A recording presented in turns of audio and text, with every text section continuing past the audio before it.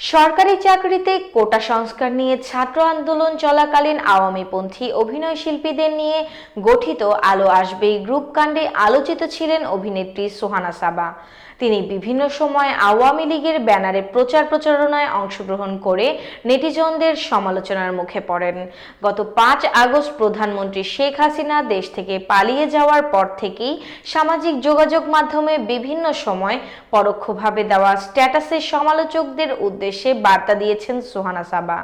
সম্প্রতি এক স্ট্যাটাসে এই অভিনেত্রী জানান তিনি এমন কিছু করেননি, বরং তার আইডি হ্যাক করার চেষ্টা থেকে এসব করা হচ্ছে।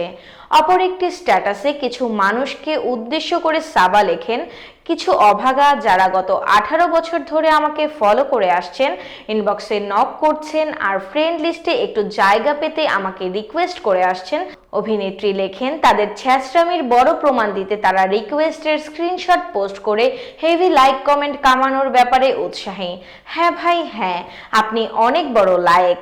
সর্বশেষ অভিনেত্রীর সংযোজন, যদিও আমি নিশ্চিত আমার ভাই অথবা এরকম অনেক সুদর্শন ও সুশিক্ষিত সুপুরুষ হলে এটুকুতেই নিজের আত্মসম্মান খোয়াতে যেত না।